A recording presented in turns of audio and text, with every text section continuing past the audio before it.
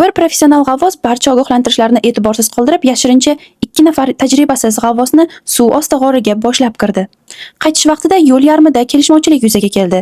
Guruh rahbari chiqish yo'li pastda deb hisoblardi, ammo yangi g'avvoslar yo'naltiruvchi trosga qat'iy ishonishardi. Oxir-oqibat guruh ikkiga bo'lindi. Aynan shu qaror ularning bir-birini mutlaqo boshqa taqdir sari olib bordi. Bu hikoyamiz Zumrad voronkasidagi halokat deb nomlanadi. Zumrad volonkasi AQShning Florida shtatidagi Wakulla okrugida joylashgan bo'lib, ulkan suv osti g'orlari tizimining asosiy kirish nuqtalaridan biri hisoblanardi. Suv ostida bir necha kilometrga cho'zilgan murakkab tunnel tarmog'i mavjud. Ayrim joylarda chuqurlik 45 metrdan ham oshadi. Hatto tajribali g'avvoslar ham bu yerga kirishga jur'at etmaydi. 88-yil 15-dekabr kuni 3 nafar g'avvos Zumrad voronkasiga yo'l oldi.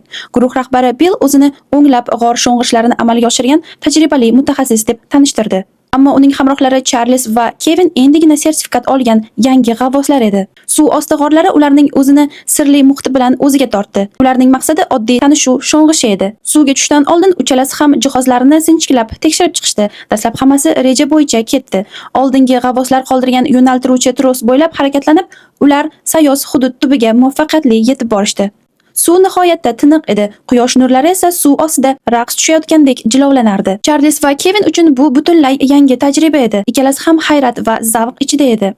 Biroz aylanib yurgach, Bill qoya devorida qorong'i yoriqni payqab qoldi. Uning yonida xavf haqida ogohlantiruvchi belgi bor edi. Ichkarida esa zulmat hukm surardi. Bill fonarini yoqib qaradi, chuqurlikning tubini ko'ra olmadi. Shu payt Charles va Kevin ham yetib kelishdi. Ular chuqurlikda ekanlarida varonka ostida haqiqiy g'or tizimiga olib boruvchi kirish joyi borligini eshitishgan edi. Bu joyga esa yangi g'avvoslarning kirishi qat'iyan taqiqlangan edi. Bill qorong'i kirish tomon uzoq tikilib qoldi. Keyin yigitlarga shu yerda kutinglar deb ishora qildi va yolg'iz o'zi ichkariga sho'ng'ib ketdi. Oradan ko'p vaqt o'tmay qaytib chiqdi. Charles va Kevin yoniga suzib kelib, ichkarida hammasi tinch ekanini tushuntirdi. So'ng ulardan ichkariga bir nazar tashlab ko'rishni xohlamasliklarini so'radi.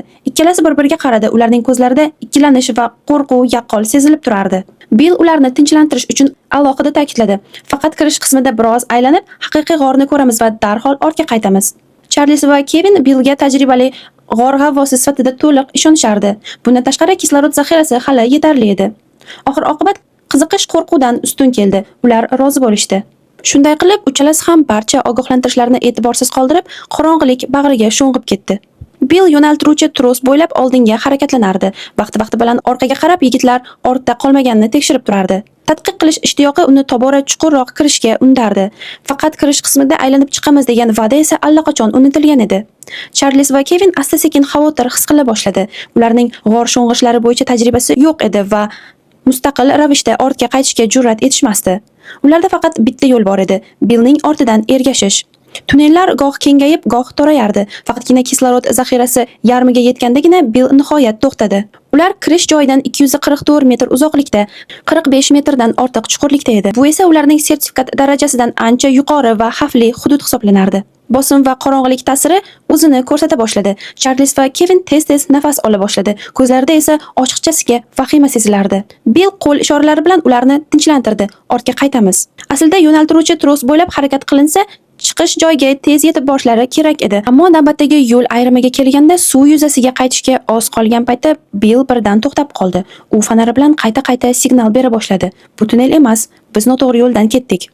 Charles va Kevin tunnel tubidagi chiqish belgisi osilgan yo'naltiruvchi trosga qarab hech narsani tushunmay qolishdi. Ammo ular Billning katta tajribaga ega ekanini bilishardi. Unga ishonib yana yo'l ayrimiga qaytishdi. Atrofni ko'zdan kechirgach, Bill tunnelning qorong'i tomonidagi chuqur yoriqni ko'rsatdi. Uning fikricha haqiqiy chiqish aynan o'sha tomonda edi. Ammo Charles va Kevin qat'iy ravishda e'tiroz bildirishdi.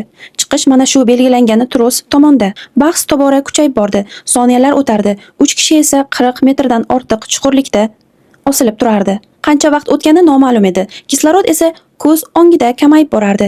Yigitlar hali ham ikkilanayotganini ko'rgan Bill javob kutib o'tirmadi va yo'naltiruvchi trosdan voz kechib qorong'i tunnel tomon suzib ketdi.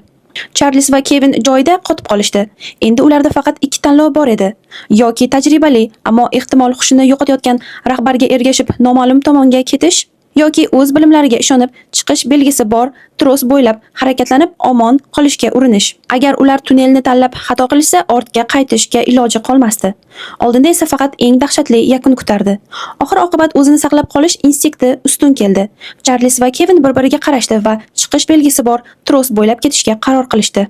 Manometr ko'rsatkichi deyarli 0 ga tushganida ular katta tavakkal qilishga majbur bo'lishdi. Dekompressiya to'xtashlarining aksariyatini o'tkazib yuborib, yuzaga ko'tarilishni tezlashtirishdi. Butun tanadagi og'riq va qaqshash dekompressiya kasalligining aniq belgisi edi. Yaxshiyamki, Charles va Kevin chiqish joyiga yetib kelishga muvaffaq bo'lishdi. Ammo ularda hech qanday yengillik hissi yo'q edi. Faqat boshdan kechirgan dahshatdan qolgan muzdek qo'rquv bor edi. Ular oldindan qoldirib ketilgan kislorod ballonlarini olib, organizmdan ortiqcha azotni tezroq chiqarish uchun darhol toza kislorod bilan nafas ola boshlashdi.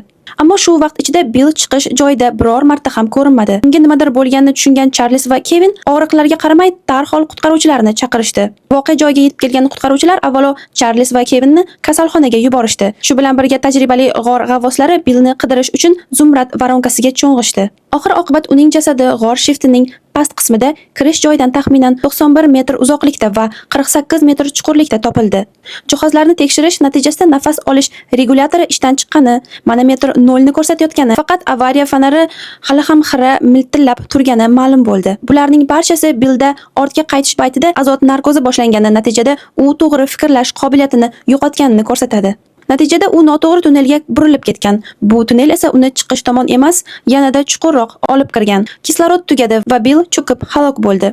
Bu sho'ng'ish oddiy va yoqimli sayohat bo'lish kerak edi, ammo ogohlantirishlarni e'tiborsiz qoldirish va o'ziga haddan tashqari ishonish malakadan ancha yuqori darajadagi sho'ng'ish fojia bilan yakunlandi. Billning tajribasi uni uyga qaytara olmadi, aksincha u bevosita o'lim sari olib bordi.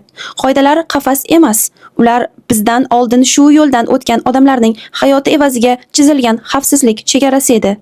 Yana ko'proq real hayotda bo'lgan hikoyalar uchun Sirli arxivga obuna bo'ling.